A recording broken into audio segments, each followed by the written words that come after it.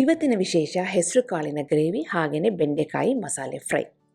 ಇವೆರಡು ಕಾಂಬಿನೇಷನ್ನು ಮಾಡಿಬಿಟ್ರೆ ಬೆಳಿಗ್ಗೆ ಚಪಾತಿ ಜೊತೆ ಅಥವಾ ರೊಟ್ಟಿ ಜೊತೆ ತಿನ್ನೋದಕ್ಕೆ ಚೆನ್ನಾಗಿರುತ್ತೆ.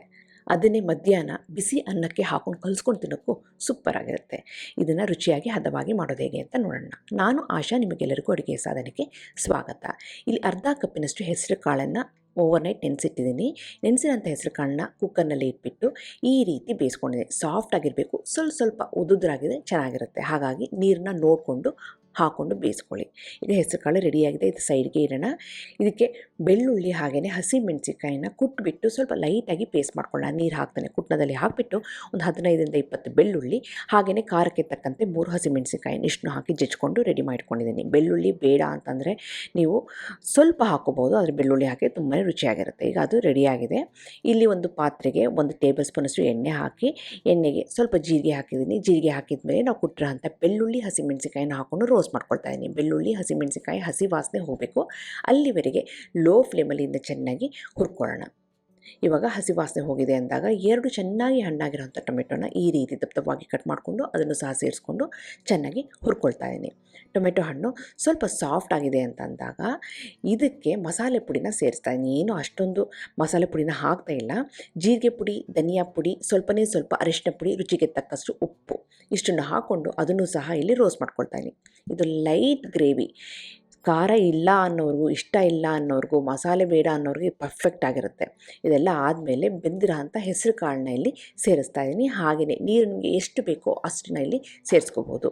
ಗ್ರೇವಿ ಸ್ವಲ್ಪ ತೆಳ್ಳಗಿರಬೇಕು ಅಂದರೆ ಜಾಸ್ತಿ ನೀರನ್ನ ಸೇರಿಸ್ಕೊಳ್ಳಿ, ಸ್ವಲ್ಪ ಗಟ್ಟಿಗೆ ಬೇಕು ಅಂತಂದರೆ ಸ್ವಲ್ಪ ನೀರನ್ನ ಸೇರಿಸ್ಕೊಂಡು ಚೆನ್ನಾಗಿ ಮಿಕ್ಸ್ ಮಾಡ್ಕೊಳ್ಳಿ. ರುಚಿಗೆ ತಕ್ಕಷ್ಟು ಉಪ್ಪನ್ನು ನಾನು ಮೊದಲೇ ಸೇರಿಸಿದ್ದೀನಿ, ಮತ್ತು ನಾನೀಗ ಸೇರಿಸ್ತಾ ಇಲ್ಲ. ಬೇಕು ಅಂದರೆ ನೀವು ಖಾರ ಉಪ್ಪನ್ನು ಅಡ್ಜಸ್ಟ್ ಮಾಡ್ಕೋಬೋದು. ಈ ಹಂತದಲ್ಲಿ ಸ್ವಲ್ಪ ಮಸಾಲೆ ಬೇಕು ಅಂತಂದರೆ ನೀವು ಸ್ವಲ್ಪ ಗರಂ ಮಸಾಲೆ ಪುಡಿನ ಸೇರಿಸ್ಬೋದು. ಖಾರ ಬೇಕು ಅಂತಂದರೆ ಸ್ವಲ್ಪ ಕೆಂಪು ಖಾರದ ಪುಡಿನೂ ಸಹ ಸೇರಿಸ್ಬೋದು. ಇದೆಲ್ಲ ಹಾಕಿ ಚೆನ್ನಾಗಿ ಕುದೀತಿದೆ ಅಂತ ಅಂದಾಗ ಇದಕ್ಕೆ ಧಾರಾಳವಾಗಿ ಕೊತ್ತಂಬರಿಯನ್ನು ಹಾಕಿದರೆ ಸಿಂಪಲ್ಲಾಗಿ ಮಾಡೋ ಅಂಥ ಹೆಸರು ಕಾಳಿನ ಗ್ರೇವಿ ರೆಡಿಯಾಗಿದೆ. ಇದು ಚಪಾತಿ, ಪೂರಿ, ರೊಟ್ಟಿಗೂ ಸಹ ಸೂಪರ್ ಆಗಿರುತ್ತೆ. ಹಾಗಾಗಿ ಬೆಳಿಗ್ಗೆ ಮಾಡಿದರೆ ಬೆಳಿಗ್ಗೆ ತಿಂದುಬಿಟ್ಟು ಮಧ್ಯಾಹ್ನ ಅನ್ನಕ್ಕೂ ಸಹ ಕಲ್ಸ್ಕೊಂಡು ತಿನ್ಬೋದು. ಇವಾಗ ಇದು ರೆಡಿಯಾಗಿದೆ. ನೆಕ್ಸ್ಟ್ ನಾವು ಮಸಾಲೆ ಬೆಂಡೆಕಾಯಿ ಫ್ರೈ ಮಾಡೋದು ಹೇಗೆ ಅಂತ ನೋಡೋಣ. ಅದಕ್ಕೋಸ್ಕರ ಇಲ್ಲಿ 1 ಟೇಬಲ್ ಸ್ಪೂನಷ್ಟು ಎಣ್ಣೆನ ಒಂದು ಪಾತ್ರೆಗೆ ಹಾಕ್ಕೊಂಡು ಇಲ್ಲಿ ಬೆಂಡೆಕಾಯಿನ ಚೆನ್ನಾಗಿ ತೊಳೆದು ಒರೆಸಿ ಡ್ರೈ ಆಗಿ ಈ ರೀತಿ 1 ಇಂಚಿನಲ್ಲಿ ಕಟ್ ಮಾಡ್ಕೊಂಡು ರೆಡಿ ಮಾಡ್ಕೊಂಡಿದ್ದೀನಿ. ನೀರಿನಂಶ ಇರಬಾರ್ದು. ನೀರಿನಂಶ ಇದ್ದರೆ ಜಾಸ್ತಿ ಅಂಟಂಟು ಬರುತ್ತೆ, ಕಲರ್ ಚೇಂಜ್ ಆಗೋಗ್ಬಿಡುತ್ತೆ. ಹಾಗಾಗಿ ನೀರಿನಂಶ ಇಲ್ದಂಗೆ ಇದನ್ನು ಹಾಕ್ಕೊಂಡು ಲೋ ಫ್ಲೇಮಲ್ಲಿ ಇದನ್ನ ಹುರ್ಕೊಳ್ತಾ ಇದ್ದೀನಿ. ಎಲ್ಲಿವರೆಗೆ ಹುರ್ಕೋಬೇಕಾಗುತ್ತೆ ಅಂದರೆ ಈ ರೀತಿ ಕಲರ್ ಚೇಂಜ್ ಆಗಬೇಕು, ಹಾಗೆಯೇ ಸಾಫ್ಟ್ ಆಗಬೇಕು, ಚೆನ್ನಾಗಿ ಬೆಂದ್ಕೋಬೇಕು, ಅಲ್ಲಿವರೆಗೆ ಹುರ್ಕೋಬೇಕಾಗುತ್ತೆ. ಹುರಿದಿರೋದನ್ನ ಸೈಡಿಗೆ ತೆಗೆದಿಟ್ಬಿಟ್ಟು ಇಲ್ಲಿ ಒಂದು ಬ್ಲೆಂಡರ್ ಜಾರಿಗೆ ಸ್ವಲ್ಪ ಧಾರಾಳವಾಗಿ ಕೊತ್ತಂಬರಿ ಎಲೆನ ಹಾಕ್ಕೊಂಡು ಅದಕ್ಕೆ ಇಲ್ಲಿ ಅರ್ಧ ಟೀ ಸ್ಪೂನಷ್ಟು ಸೋಂಪು, ಅರ್ಧ ಟೀ ಸ್ಪೂನಷ್ಟು ಜೀರಿಗೆ, 1 ಇಂಚಿನಷ್ಟು ಶುಂಠಿ ಹಾಗೆಯೇ ಸ್ವಲ್ಪ ಅರಿಶಿನ ಪುಡಿನ ಹಾಕ್ಕೊಂಡು ಈ ರೀತಿ ನೀರು ಹಾಕ್ದೇನೆ ತರ್ತರಿಯಾಗಿ ಪೇಸ್ಟ್ ಮಾಡ್ಕೊಂಡಿದ್ದೀನಿ. ಇದನ್ನು ಸಹ ರೆಡಿ ಮಾಡಿಕೊಂಡು ಸೈಡಿಗೆ ತೆಗೆದಿಟ್ಕೊಳ್ಳೋಣ. ಈಗ ಬೆಂಡೆಕಾಯಿ ಅದಕ್ಕೆ ಮಸಾಲೆ ಪೇಸ್ಟು ರೆಡಿಯಾಗಿದೆ. ಇಲ್ಲಿ ಒಂದು ದಪ್ಪ ತಳದ ಪಾತ್ರೆಗೆ 1 ಟೇಬಲ್ ಸ್ಪೂನಷ್ಟು ಎಣ್ಣೆ ಹಾಕಿ ಅದು ಸ್ವಲ್ಪ ಬಿಸಿಯಾಗಿದೆ ಅಂದಾಗ ಅದಕ್ಕೆ ಒಂದು ಅರ್ಧ ಟೀ ಸ್ಪೂನಷ್ಟು ಜೀರಿಗೆ ಸೇರಿಸ್ತಾ ಇದ್ದೀನಿ. ಜೀರಿಗೆ ಸ್ವಲ್ಪ ಕಲರ್ ಚೇಂಜ್ ಆಗಿದೆ ಅಂದಾಗ ನಾವು ಮೊದಲೇ ಪೇಸ್ಟ್ ಮಾಡ್ಕೊಂಡಂತಹ ಆ ಕೊತ್ತಂಬರಿ, ಶುಂಠಿ, ಸೋಂಪು, ಜೀರಿಗೆ ಪೇಸ್ಟ್ನ ಇಲ್ಲಿ ಸೇರಿಸ್ತಾ ಇದ್ದೀನಿ.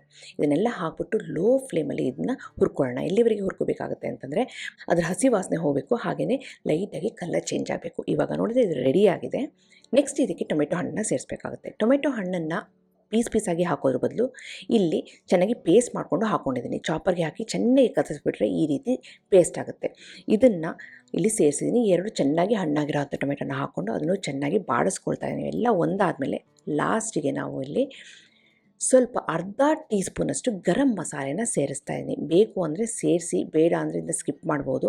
ಹಾಕಲೇಬೇಕು ಅಂತ ಏನಿಲ್ಲ, ಹಾಕಿದರೆ ಫ್ಲೇವರ್ ಚೆನ್ನಾಗಿ ಬರುತ್ತೆ ಅಂತ. ಹಾಗೆಯೇ ರುಚಿಗೆ ತಕ್ಕಷ್ಟು ಉಪ್ಪಿನ ಪುಡಿನ ಸೇರಿಸ್ತಾ ಇದ್ದೀನಿ.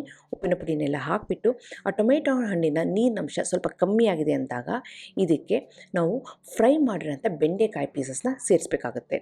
ಈ ಹಂತದಲ್ಲಿ ನೀವು ಉಪ್ಪು, ಖಾರ, ಹುಳಿ ಏನು ಬೇಕಾದರೂ ಅಡ್ಜಸ್ಟ್ ಮಾಡ್ಕೋಬಹುದು. ಇದೆಲ್ಲ ಆದಮೇಲೆ ಇದಕ್ಕೆ ಫ್ರೈ ಮಾಡಿರೋಂಥ ಬೆಂಡೆಕಾಯಿ ಪೀಸಸ್ನ ನಾನಿಲ್ಲಿ ಸೇರಿಸ್ತಾ ಇದ್ದೀನಿ. ಬೆಂಡೆಕಾಯಿ ಚೆನ್ನಾಗಿ ಫ್ರೈ ಆಗಿ ಬೆಂದಾಗಿದೆ. ಇದನ್ನ ಮತ್ತೆ ನಾವು ಬೇಯಿಸೋ ಅವಶ್ಯಕತೆ ಇಲ್ಲ. ಇಲ್ಲಿ ಮಸಾಲೆನೂ ಸಹ ಚೆನ್ನಾಗಿ ಬೆಂದು ರೆಡಿಯಾಗಿದೆ, ಬೆಂಡೆಕಾಯಿ ಸಹ ಚೆನ್ನಾಗಿ ಬೆಂದು ರೆಡಿಯಾಗಿದೆ. ಇವೆರಡನ್ನು ಮಿಕ್ಸ್ ಮಾಡಿ ಸ್ವಲ್ಪ ಹೊತ್ತು ಹಾಗೆ ಬಿಟ್ಟರೆ ಎಕ್ಸಲೆಂಟ್ ಆಗಿರೋಂಥ ಮಸಾಲೆ ಬೆಂಡೆಕಾಯಿ ರೆಡಿ. ಈ ಮಸಾಲೆ ಬೆಂಡೆಕಾಯಿ ಫ್ರೈನ ಚಪಾತಿ ಜೊತೆ ತಿನ್ಬೋದು, ರೊಟ್ಟಿ ಜೊತೆ ತಿನ್ಬಹುದು, ಅನ್ನ ಸಾಂಬಾರ್ ಜೊತೆ ನೆಂಚ್ಕೊಂಡು ತಿನ್ಬೋದು, ಹೀಗೆ ಗ್ರೇವಿ ಜೊತೆ ತಿನ್ಬೋದು, ಇಲ್ಲ ಏನೂ ಇಲ್ಲ ಅಂತಂದರೆ ಬಿಸಿ ಅನ್ನಕ್ಕೆ ಹಾಕ್ಕೊಂಡು ಕಲಿಸ್ಕೊಂಡು ಸಹ ತಿನ್ಬೋದು. ನಿಮಗೆಲ್ಲ ಈ 2 ಕಾಂಬೋ ರೆಸಿಪಿ ಇಷ್ಟ ಆಗಿದೆ ಅಂತ ಅಂದ್ಕೊಂಡಿದ್ದೀನಿ. ಖಂಡಿತವಾಗ್ಲೂ ಟ್ರೈ ಮಾಡಿ ಹೇಗೆ ಬಂತು ಅಂತ ನಂಗೆ ಕಮೆಂಟ್ ಸೆಕ್ಷನ್ ದಯವಿಟ್ಟು ತಿಳಿಸಿ. ಹಾಗೆ ನೀವಿನ್ನೂ ಅಡುಗೆ ಸಾಧನಕ್ಕೆ ಸಬ್ಸ್ಕ್ರೈಬ್ ಆಗಿಲ್ಲ ಅಂದರೆ ತಡ ಯಾಕೆ, ಈಗಲೇ ಸಬ್ಸ್ಕ್ರೈಬ್ ಆಗಿ ಪಕ್ಕದಲ್ಲಿರುವ ಬೆಲ್ ಬಟನ್ ಕೂಡ ಟಚ್ ಮಾಡಿ. ನಿಮಗೆ ವಿಡಿಯೋ ಇಷ್ಟ ಆಯಿತು ಅಂದರೆ ಲೈಕ್ ಬಟನ್ನ ಕ್ಲಿಕ್ ಮಾಡಿ, ಫ್ರೆಂಡ್ಸ್ ಆ್ಯಂಡ್ ಫ್ಯಾಮಿಲಿ ಜೊತೆ ಶೇರ್ ಮಾಡಿ, ವಾಟ್ಸಪ್ಪಲ್ಲಿ ಶೇರ್ ಮಾಡಿ. ಮತ್ತೊಂದು ಇಂಟ್ರೆಸ್ಟಿಂಗ್ ರೆಸಿಪಿಯೊಂದಿಗೆ ಭೇಟಿ ಆಗ್ತೇನೆ. ಅಲ್ಲಿವರೆಗೆ thank you, bye bye, see you.